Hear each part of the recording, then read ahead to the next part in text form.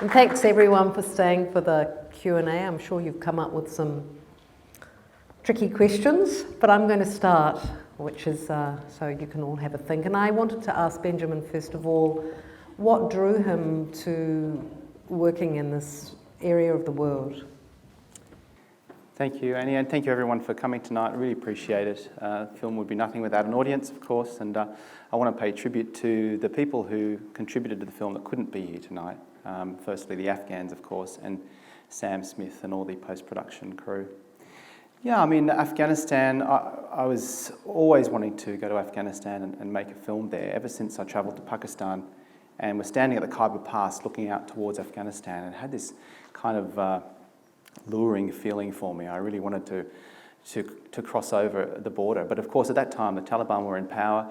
I was very young. I didn't know much about the place, and it wasn't the intention of my journey at that time. But I always felt that I would come back there one day. And I had spent time with the Pashtun people of the frontier in Pakistan, of course, during the 80s, during the Afghan war with the Russians, during the 1980s, a lot of refugees crossed the border into Pakistan, about 4 million, I think. And we complain about the refugees we get in Australia. But 4 million refugees were accommodated in Pakistan at that time, during that conflict. And a lot of them still live over there. And I spent time there making my first film, Son of a Lion, with the hospitality of the Pashtun people, and enjoyed their generosity and their love for the mountains and their culture. And they were really connected to their clans and to their culture and their tribes and their families. And I really found their character to be kind of just amazing. They had an incredible sense of humour and a resilience about them. And, I just really wanted to spend more time with those people. So I guess that was the attraction. I mean, I spent a lot of time with the Pashtun males. Being a male over in that part of the world, you don't get to spend a lot of time with the women folk, but spending time with the men, I just realised they were really connected to their emotions. They were really had a great relationship with their traditions of music and poetry, which I felt was something that men in Australia had certainly lost in our fascination with sport and beer. I've always been more attracted towards, the poetry and literature and music. And so I felt more comfortable in the company of those men than I did in the company of men in my own country. Mm. Well, that's really interesting. And if I could just have one follow-up question. I mean, obviously this is a collaborative film, and you had buy-in, let's say, with local people. I just wondered how that process unfolded, because they're obviously, in quotes, non-professional actors. How you negotiated that and what your experience was. Thank you. Great question. I think if you want to, as a Westerner, if you want to achieve anything in a country like Afghanistan, be it development, be it stabilisation, or be it making a film, you need to go in a humble manner. You need to listen to what the locals have to say, and you have to put your faith in them. And so to get the Afghans on board, this film would never have happened if I'd kind of forced the Afghans into making a script that I had written without listening to what they had to say about it. So from the outset, from the very first day that I arrived in Kabul, I sat down with the two contacts I had there, a tour guide from Bamyan and an actor from Jalalabad. And I told them the story from beginning to end over breakfast. It took me about 2 hours. I told it in detail. And they agreed to work on the film based on that story. I'd done quite a bit of research beforehand, before writing this script. I still have a lot of Pashtun friends in Pakistan who I asked about their cultural perspectives on this story and whether it was in line with what could really happen. And so I felt already fairly confident about the story being an accurate depiction of an outcome of a scenario like this. But there were still some changes, and those changes were to quite a few scenes that the Afghans I worked with refused to do, and many that they suggested that we do, that enriched the film. So collaboration was a really important part of the process. And you said a couple of men in the Jirga actually thought he really was an Australian soldier that had come back, the ones calling for the execution. Well, yes, this came up last night in the Q&A, and every scene. I haven't been trained as a director, and I've pretty much learnt a lot on the job, and I've certainly got a long way to go. But one thing I learnt over in Afghanistan this time, particularly as I was travelling with a professional actor, with Sam Smith, and then working with kind of B-movie actors from Jalalabad who do these real campy films for George Giddos and their own Pashtun film industry, and then working with non-actors, people that we cast off the street, villagers, ordinary villagers. Every scene requires a different approach, and that particular scene, the Jirga sequence at the end, required a little bit of workshopping to start with. There wasn't really a rehearsal, but there was a little bit of workshopping of the scene, and really I wanted to create a genuine Jirga, as if Sam was an Australian veteran who was coming back and begging forgiveness for a war crime. And I think somewhere lost in translation was this notion that it was fictional for some of the elders. And some of those lines that you hear delivered, particularly by the very old guys who were calling for his execution, I found out later, were genuine. So that was a bit unsettling for Sam, but by that time we'd left the village and were safe and sound back at the hotel. Shall we open it now and get a few questions from you? My understanding is there's a roaming mic, so I'll perhaps select people and the mic can follow in the front there in the middle.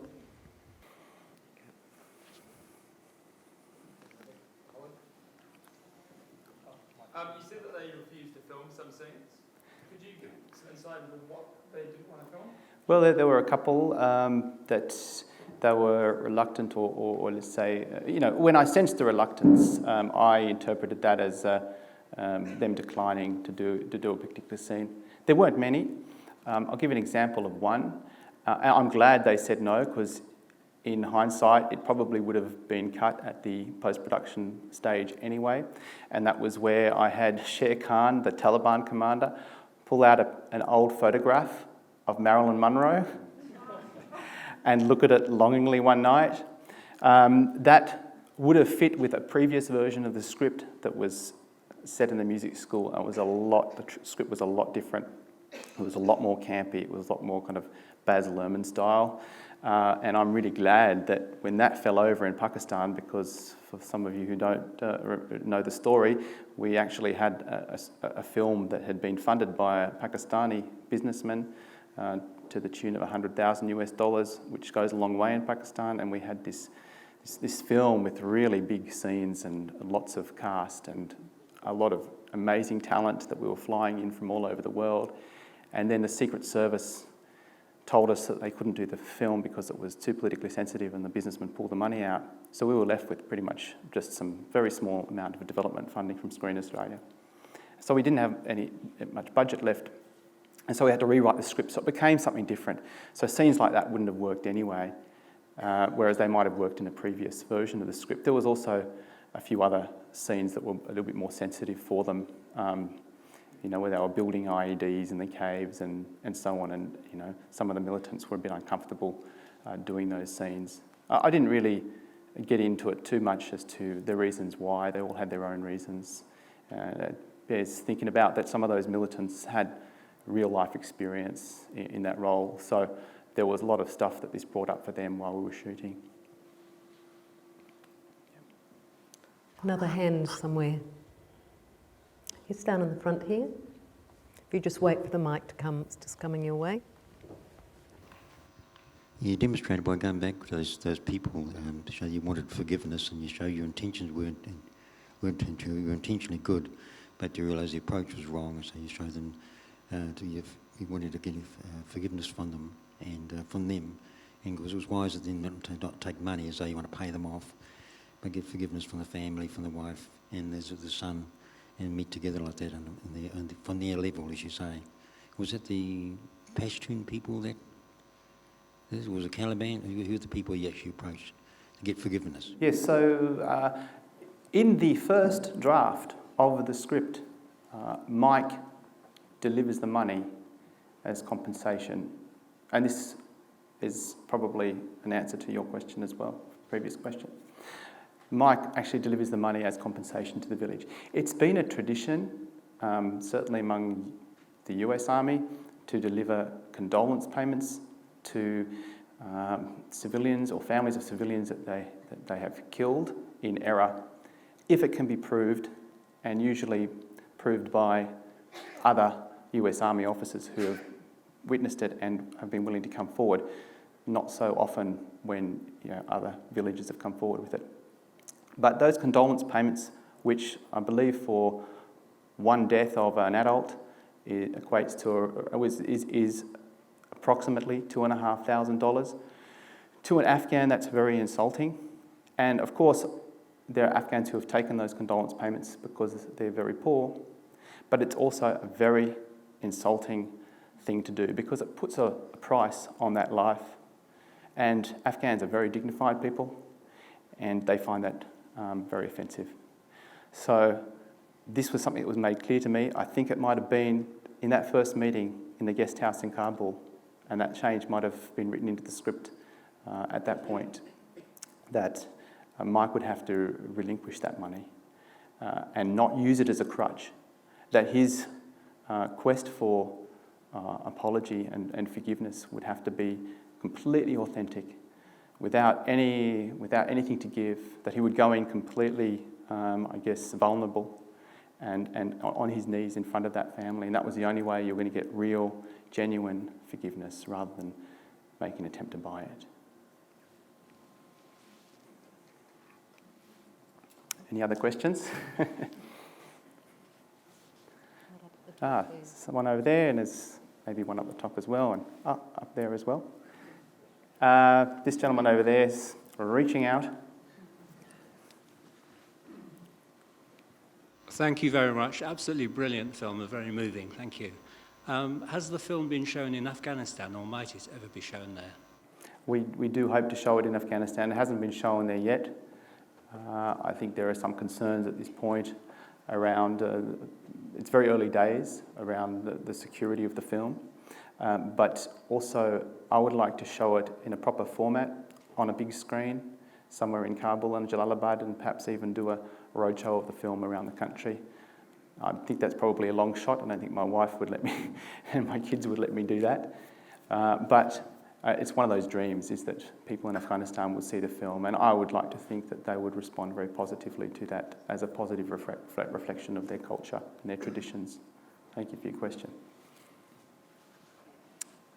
Another gentleman over here. I've got a loud voice.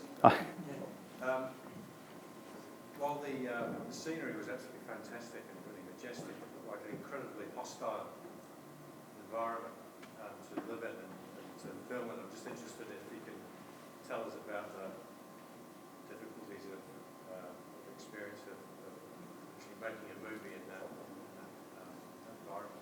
So you're talking mainly about the landscape being quite rugged? Yeah, I mean, we were in a really beautiful, the whole country is simply spectacular. I'm certainly no cinematographer. I know how to put a camera on auto and point it. I would have loved to have had a brilliant cinematographer, for example, Denson Baker or someone, filming this feature film. Happens to be in the audience tonight. But the circumstances dictated, when the funding kind of disappeared, and when our time was pushed out and we were stuck in this hotel room, really it was a necessity in the end that I had to shoot this myself. There is a benefit to that in one sense, and that is that I didn't want to shoot this film because, as a director who is not that experienced in directing, I really wanted to focus on directing. But then I'm just wrestling with this camera, trying to work it out, trying to think about shots and angles and how to make that work, particularly as I didn't have any storyboards. We didn't really have a shot list. The whole shot list was in my head. So I was thinking about those technical aspects a lot of the time and took my eye off the ball with directing. So it was really hard to move between the two, and I certainly don't recommend anyone ever does that. I know a few people in Hollywood have done that, and they've done it quite well. But anyway, in that landscape, there were other challenges shooting in that particular rugged landscape. But, you know, whatever you point the camera at, it's going to look fantastic. We had a lot of issues with dust. So you might remember the scene where Mike is sliding down the edge of the mountain on the shale. We actually end up naming that shale riding. And it was quite enjoyable, but also very dangerous. And those shots where Sam is scooching down the mountain, I'm actually doing the same thing next to him, holding him in frame with the camera. You know, you might be so absorbed in the film, you don't necessarily always realise that. And I don't think you would have got away with doing that on an ordinary film set with occupational health and safety guidelines. We were really living on the edge. You know, when he's walking along a little goat trail, and to get his face in shot, I have to walk backwards in front of him, right? And I'm looking down because it's such a narrow goat trail that put 1 foot wrong when you're off the cliff. You know, these are the kind of situations that we found ourselves in that landscape. At the same time, it's just so beautiful. You're surrounded by this stark beauty all the time that it's very thrilling to be doing, you know, making a film in that environment as well. Anyone else? There's a question there and a lady over there with a pink cardigan just behind you. I just wanted to say thank you so much for an amazing film. I saw Son of a Lion as well. Oh, thank you. I have an equal fascination for Afghanistan. I'm sure I'll never go, so seeing the scenery and the people was just incredible. I'm just curious about the language. How realistic is it that you would find a couple of English speakers, or was that for ease of the movie and that sort of thing? I mean, do some people have English in Afghanistan, or...? Yes, I mean, I'd say a lot of people in the main cities have got English-speaking abilities. The question, I think, more importantly, is would you find an English-speaking Talib? And the answer is yes, you can, you do, and there has been English-speaking Taliban in the past. So, you know, that might have been a little bit of a leap, but I have known English-speaking members of the Taliban. And so, yeah.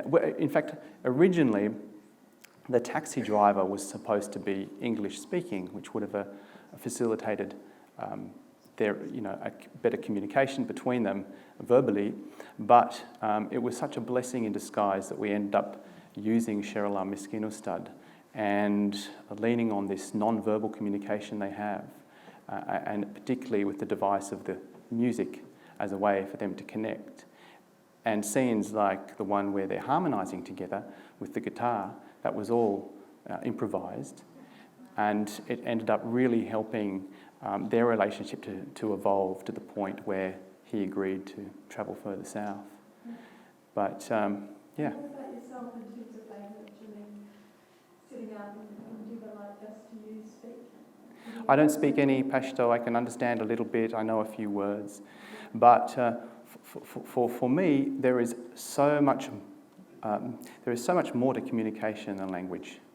And I can, you know, Sheralam, who plays the father character, plays the father character in Son of a Lion, but he played the taxi driver in this film.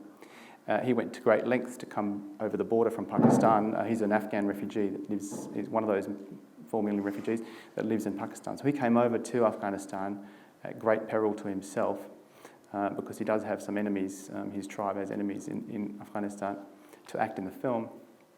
And with him, we can just sit there beside each other and just understand each other. And it was quite phenomenal. I would discuss a scene with Sam that involved Sheralam and Sam, and it wouldn't need to be translated to Sheralam. It was very, very strange. Even though he didn't understand any English, he could just sense things. He's an incredibly intuitive individual, one of my favourite people on the planet. And I think when you see a human being like that on screen, and this is very close to his real character as a person, where in Son of a Lion he was playing a very hardened father, very conservative. In this, he's playing himself pretty much.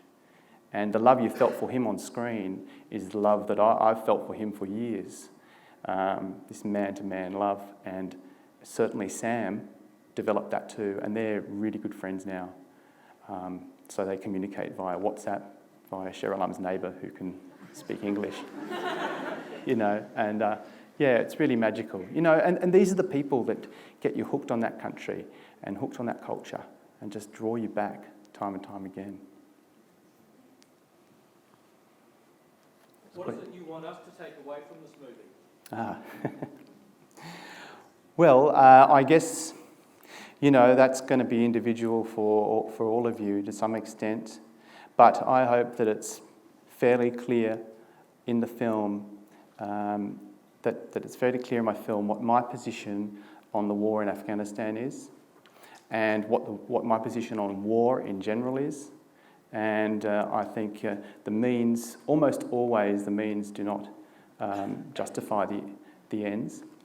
And thousands and thousands of Afghans have suffered in that war. There's been dragging on. Provinces in Afghanistan that were peaceful prior to the American invasion were turned extremely dangerous. Provinces where a lot of money was put into stabilisation efforts ended up with huge problems of violence and insecurity.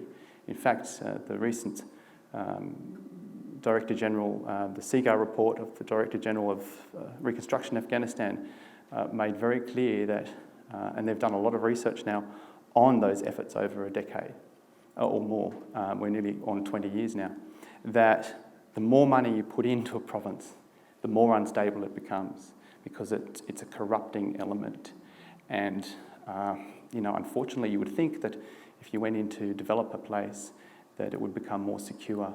But the way they've gone about it has been, their counterinsurgency strategies have been always tied to their aid delivery. So USAID, which is the main aid giver in Afghanistan, could not really operate without the American army. And unfortunately, when you go in with the army to deliver your altruistic aid, your aid project, which you might have great intentions, and that would develop the place. Invariably, the Afghans see it as being made to swallow a pill at gunpoint, and they're inherently opposed to it, and they won't touch it. They're so principled. So it can often work, counterproductively. So I hope people at least take away from this film that the Afghans want to be left alone. I'm not saying they want to be left alone without international support, but the message that I was given by the Afghans who I worked with to give to you was that they would love international support that wasn't in any military form, because that just inflames the situation and makes things worse. And that's a message from not just the Pashtun people, that's from every Afghan ethnicity that we worked with, and we had every ethnicity on our film crew, and they all worked beautifully, harmoniously together. So I believe, peace is possible there, but it needs to be a peace that is made in the same way that Mike makes peace with the taxi driver on the mountain to achieve his goal. And I think if we listen, if we try and harmonise with those people, then we can both achieve something that's going to be mutually beneficial. Thank you. How careful did you have to be in making the film, not to upset people or the wrong people, etc., this sort of occupational safety side of things?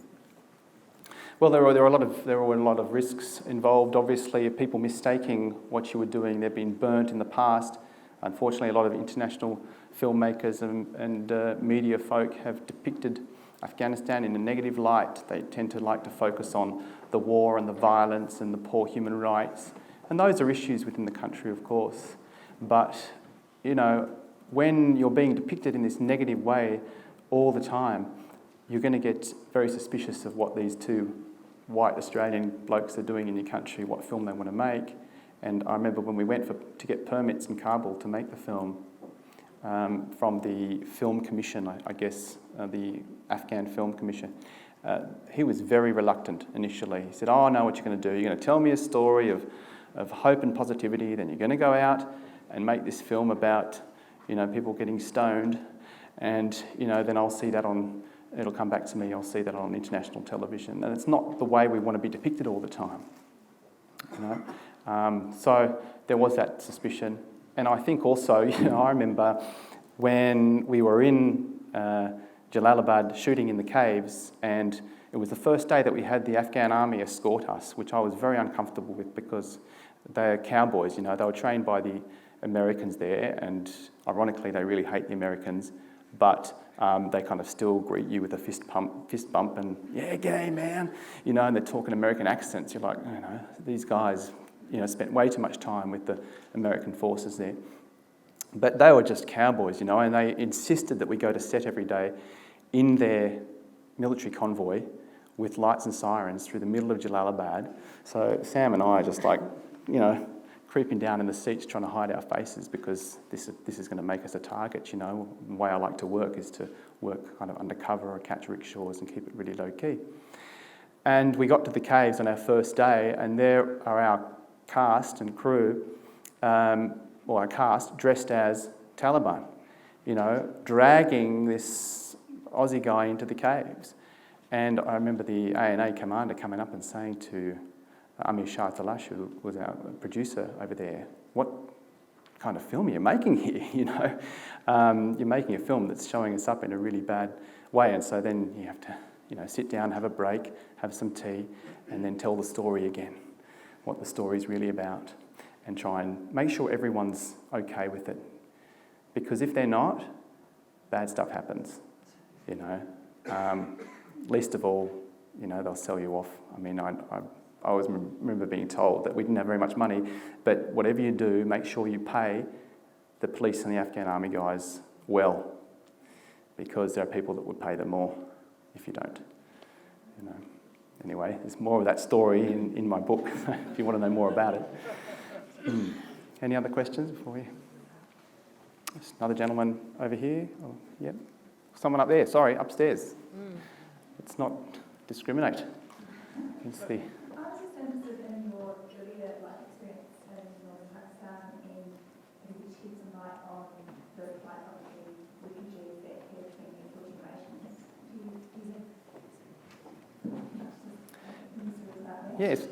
Well, all I'd like to say about that is that it was very good of Pakistan to take those refugees in the first place, but in recent times they have made moves to expel them all. So that's been very distressing for a lot of Afghans that have made their life and their children go to school in Pakistan, and now they're being asked to leave, particularly as Afghanistan is not exactly stable, a place to go back to. So, it's a bit unfair. So, yeah. But on the whole, the people there do look after each other very well, and those people have been absorbed into local communities, and they're still kind of outsiders to a lot of the Pashtuns living in Pakistan, but it's not too bad, as far as I'm aware. Anyone else?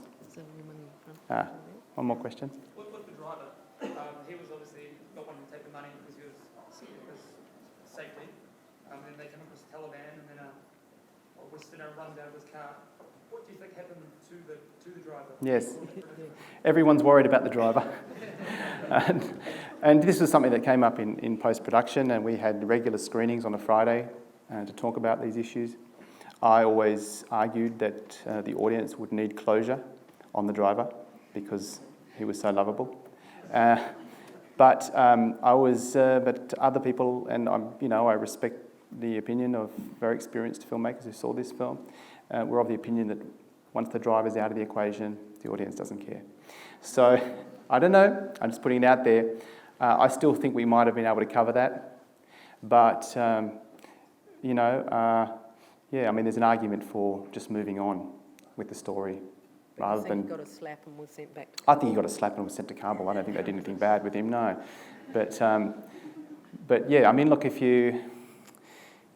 Yeah, I don't know. I'd love to ask I know there's some very experienced directors in the room, and I'd love to ask that question. Like, how much do you need to tie up your loose ends in a film? Some people care, some people don't. So, some people might not have thought about him after that point in the room, and You obviously did, and I'm sure you're not the only one, but I understand why you did, because, yeah, I'd be worried for him too. Yeah. And there's still more questions. You said that the Afghanis didn't want any military intervention. Yes. And, but is the non-education of females Mm.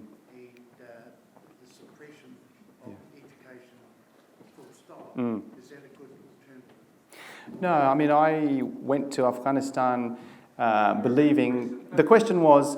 I say that the Afghans who I worked with wanted to pass on the message that troops in the country are not helping. The question was, basically, I think, what's the alternative? And is it a return to an archaic kind of government there in places where the education of women is not given priority, or it's even banned. What I'd say about that is that I've actually had the opportunity, even though I say I've spent most of the time with men, which I have, I actually was privileged enough to spend time with some Afghan women, and I specifically asked those questions. And I was told that the areas that are currently, not all of them, but currently the areas that are under Taliban control, which is roughly 30 to 40%, some people assess that as being as high as 50% of the country. In most of those areas, girls can still go to school now. Women are able to be educated if they so choose. And there has been somewhat of a culture shift among the Taliban. They're using Twitter, they're using Facebook, they're on social media. So there is, to some degree, a culture shift. But, the war, the message I got from the few women I spoke to was, this ongoing war is devastating for women. You're going through the mountains, you're killing their menfolk who are fighting, in their minds, they're fighting for their freedom, they're fighting off a foreign occupier, you're killing their menfolk. And in a patriarchal society, if you kill the man, you are making the woman suffer, because she's got 6 children, or whatever the average is in Afghanistan, 6.6 children to feed. How's she going to do that? There are all these knock-on effects that we sometimes don't take into account. And women tend to have more children in war conditions because they're losing children and, they're living in poverty. So an ongoing war is never going to be great for women.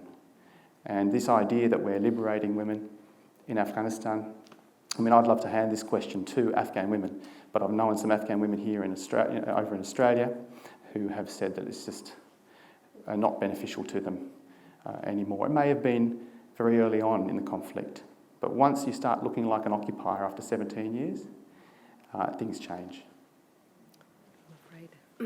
I'm afraid we have to finish here because I believe there's a next screening starting, but if you'd like to join me in another round of applause for Benjamin, thank you so much.